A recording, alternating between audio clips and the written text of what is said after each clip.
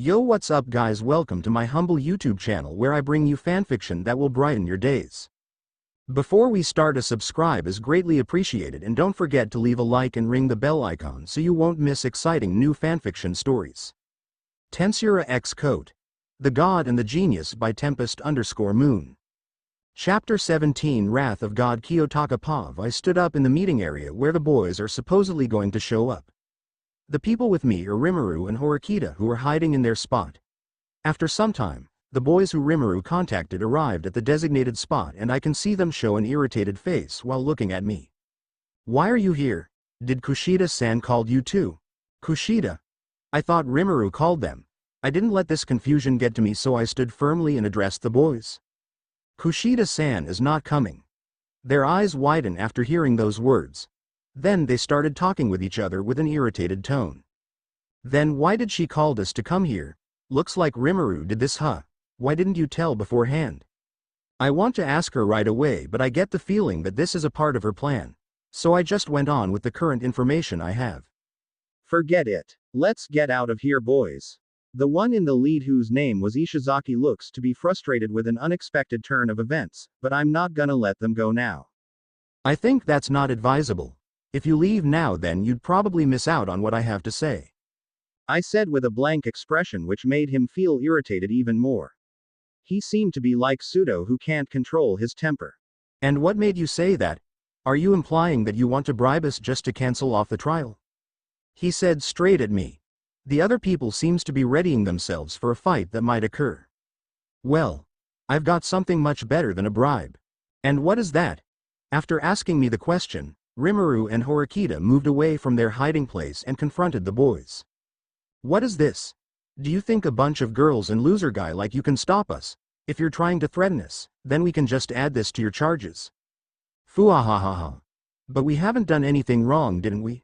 Or are you saying that you'd add a false claim? When Ishizaki tried to scare us, only Rimuru laughed at it. This made them angry even more though, but I think it's something we can handle. It's that girl from the cafeteria. Yeah, the one who tried messing with Ryuan. The murmuring of the other boys was heard, and Ishizaki seems to be annoyed by this. So it's that girl who is always the talk of the school, huh? You might be good at academics, but do you think you can handle a group of men, you little girl? With this question, all of them laughed, but this did not break Rimuru, unlike the other day in the cafeteria. Foo. I'd like to find that out for myself, but unfortunately, we're being monitored right now, aren't we? What do you think, Horikita-san?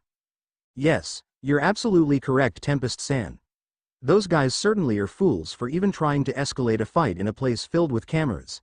And to think that they would also confidently lie about it in the trial is truly mind-blowing. Hearing the quick exchange between Rimuru and Horikita, the laughter suddenly went silent.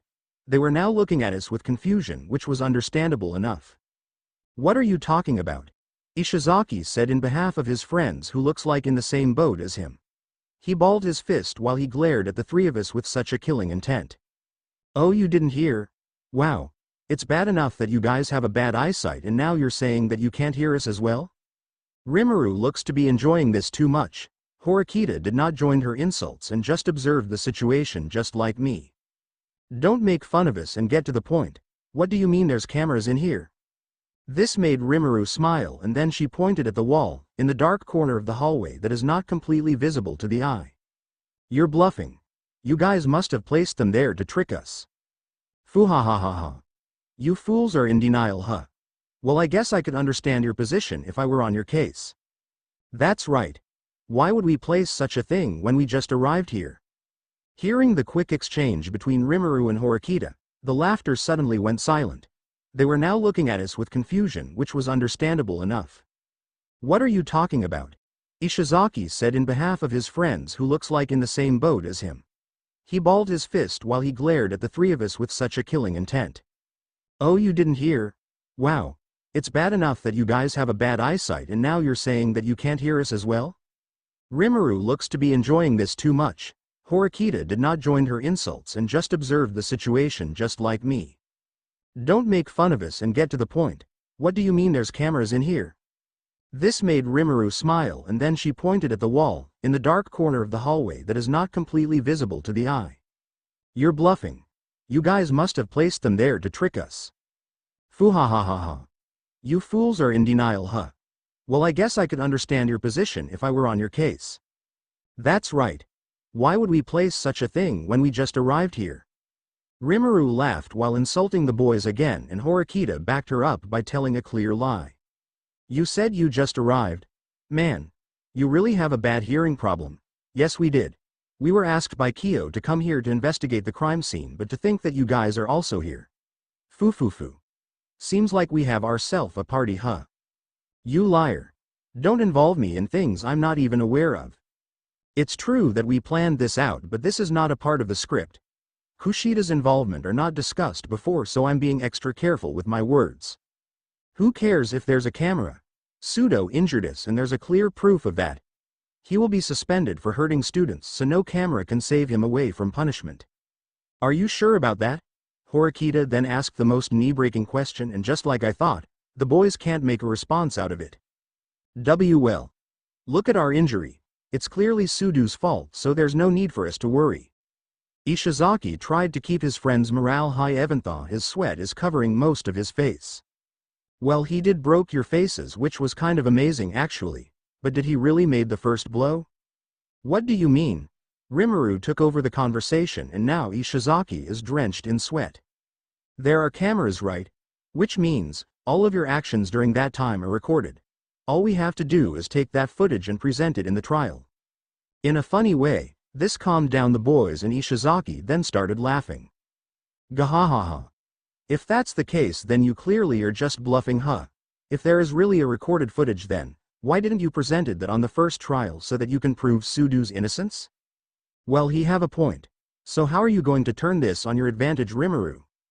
You really are a bunch of idiots, aren't you? Her words clearly pissed them off big time. They were now glaring daggers on Rimuru, who only looked disappointed about this whole situation.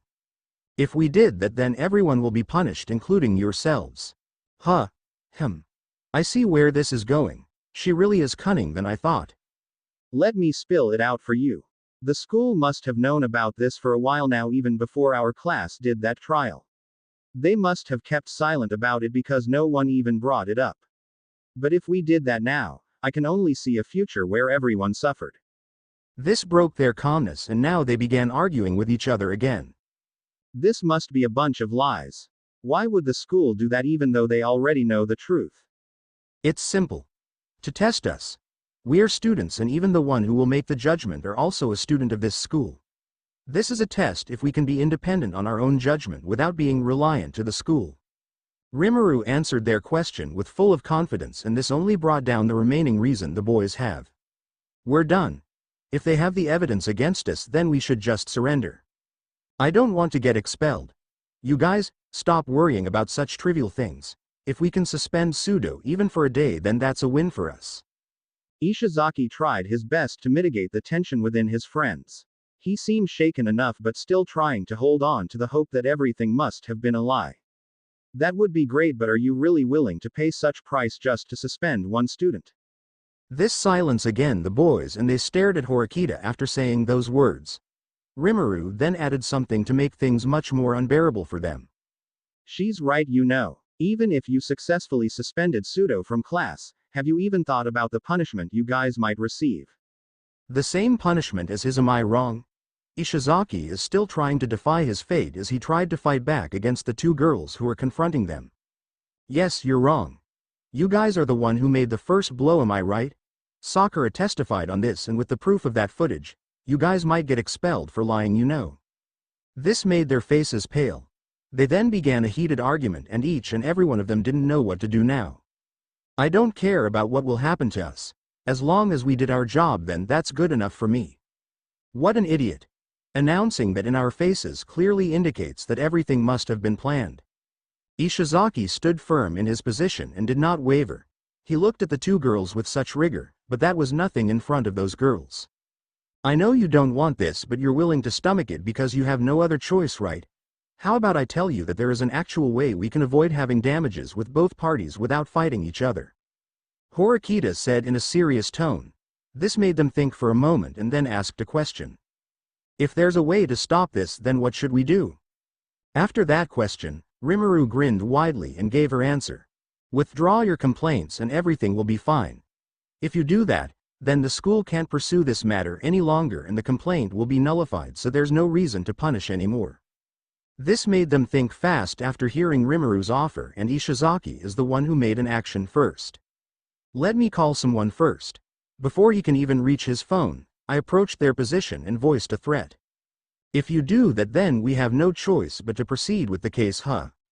Hearing such threatening words, Ishizaki's friends are trembling while telling Ishizaki to accept Rimuru's offer. Accept it now. We have no time, Ishizaki. I don't want to get expelled, so hurry up and withdraw those complaints. They said in a loud voice, which made Ishizaki do a frantic decision. We withdraw. I don't want this to escalate any further, he said while showing a defeated face. On the other hand, Rimuru was wearing a smug look on her face when she said, "That's great. How about we head towards the council right away?" After that, the tiring confrontation took an end. Rimuru paused. Man, that went really fast, I said as I covered my mouth while yawning. It really did. Thanks for helping out, Tempest-san. Oh, it's fine. I kinda find it fun, you know. Well, that's good to hear. You've been a great help. I did a few exchanges with Kyo after we got out of the council and moved to a nearby bench. We are still waiting for Horikita, so we still have time to spare. You did great out there, actually. I never thought it would work on the first place though, I told him while stretching my legs. I then looked at Kyo and he continued the conversation. Thank you for lending me that points. I'm kind of surprised that we managed to buy the equipments we needed in the first place. Yeah, that's true. I have a little left on me, but I think I can survive at least next month. My monthly allowance depleted very quickly after lending him the money, but it was for the fun, so it didn't bother me. Well, anyways, now that we got that out of the way, I think our class is safe, I said as I raised both of my hands and stretched them. He kept looking at me for some reason, but I didn't mind and decided to tease him a bit. What are you looking at me for? Are you trying to find out the size of my chest? I'm not. But if I have to say something, I'd say that you have such a refined body, Tempest-san. His reaction was amusing, so I wasn't done teasing him. So you enjoy watching someone's chest, huh? You little pervert. That's a rather bold accusation. I'm just complimenting your figure, Tempest-san, and I wouldn't dare to say that in any girls of our class, especially Horikita. That caught my attention for a moment. Hearing him say that I'm the only one he complimented in our class made me laugh internally. Why though? Do you find me more interesting than the others? With my direct question, Kyo went silent for a second, but he responded after making up an answer. I think you're rather. What are you guys talking about? Before he could say his answer, Horikita arrived and looked at us with suspicions. Did I interrupted your moment? If I did, then I apologize. We were successful, so I'm gonna take my leave now. Kyo then stopped Horikita by grabbing her hands. She looked at him with disgust while he tried to explain himself. You misunderstood. I was just examining Tempest-san's body, that's all. Well, you just made it worse. I see. So you're into that, Ayanokoji-kun? Boys will be boys, I guess. She said straight and left without hearing Kyo's reasons. Well, this is bad. But I think Horikita doesn't like gossips, so I think we should be good, at least for now, I said in an awkward voice, and Kyo only looked defeated by the situation. Well, now that's out of the way, how about we head towards the cafeteria? I'm kinda hungry, so wanna grab a bite, I said while inviting Kyo to come with me. He didn't look like he would want to refuse, which is good because I'd like to talk him more in there. But unfortunately something came up. I'd like to grab a bite with you, Tempest-san, but I think I have to go. Something interesting must have happened. Mind if I tag along? Sure, he said, and we began running towards the hidden alleyway where students barely even stayed. Where are we going? Please just stay quiet for me, he replied to my question as we silently moved in the alleyway. We hid in the side of the trash bin and then we heard something bad. Please stop. I don't want to hear from you again. What's this? A confession? As we are hiding, I can't find out who those people were. I'm just able to hear their conversation, which was good enough for me. What are you talking about, Irie? I love you and you love me too, right? I wrote those letters for you to show how much I love you, so why are you saying that now?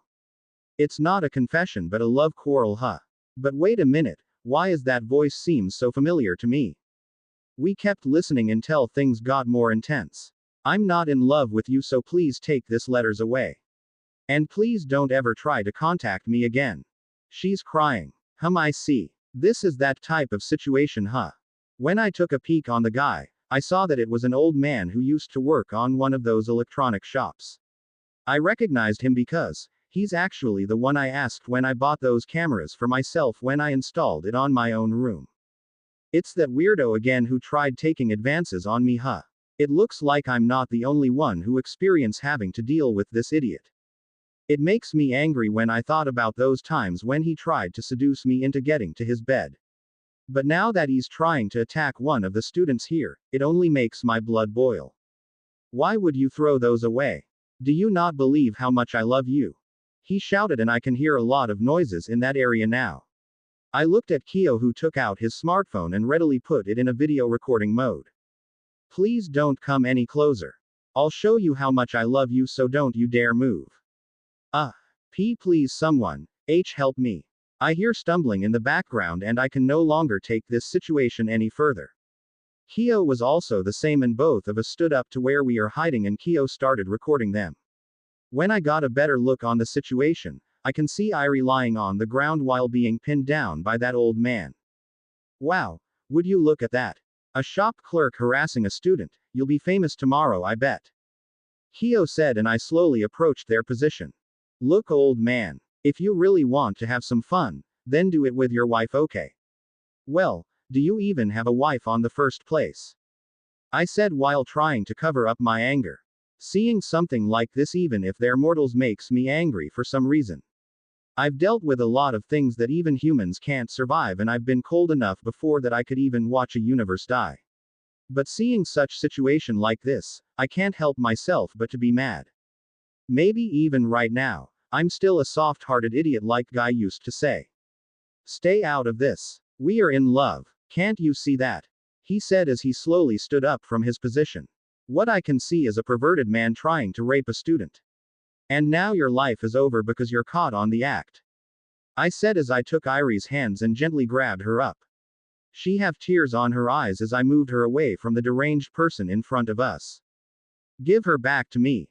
I can't have you ruining our relationship. Irie is mine and mine alone. He tried approaching me but suddenly stopped on his track when he saw my eyes. One more move, and I'll make sure your soul will be shattered in pieces. When he saw my eyes, he started trembling, and before he even ran away, he said a few parting words. I'll find you again, Irie, and next time I'll make sure you'd fall in love with me. He said as he began to run away. Kyo stopped recording and held Irie's hands and said a few comforting words for her. Me on the other hand have different plans in mind. Kyo, take care of her for me. I'll go home for now. It's been a quite busy day for me, so I think I better head off to a shower or something. I said, and Kyo didn't question me. I took off and headed straight to my own room. When I arrived, I talked to Seal about something. Seal replicate my body and turn it into a phantom. It looks like I found something that can serve as a meal for my good friend, so I would like to feed it once in a while.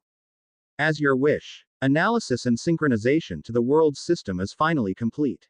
A body completely hidden to all living existence of this world except for the target's identity is successfully integrated. Would you proceed to inhabit this body? Yes. After that, my current body lay immobile on my bed as I transfer my consciousness to a body far stronger than anything in this world. A phantom, huh? So that means no one in this world can feel my presence unless they were my target. With this, I'm free to wander around without being noticed by anyone. It looks like I could exist physically in my target's presence, so even if they see and touch me, the other people around them would not be able to. The ability have some similarities to my adolescence syndrome in Bunny Girl Senpai. I moved from my place using the new body I just acquired to my designated target. When I arrived at his own room, he seems tired from running, so I decided to surprise him a little. Knock, knock. Mister, I'm here. I would like to apologize earlier, so would you mind letting me in? Due to me being a phantom, I can transform myself to whoever I please, and right now, I disguised myself as Sakura. Irie-chan, you came to see me. The man opened the door with haste and greeted me happily. I'm sorry about earlier. I should have not done that. Please forgive me. I made a saddened expression and lowered my head.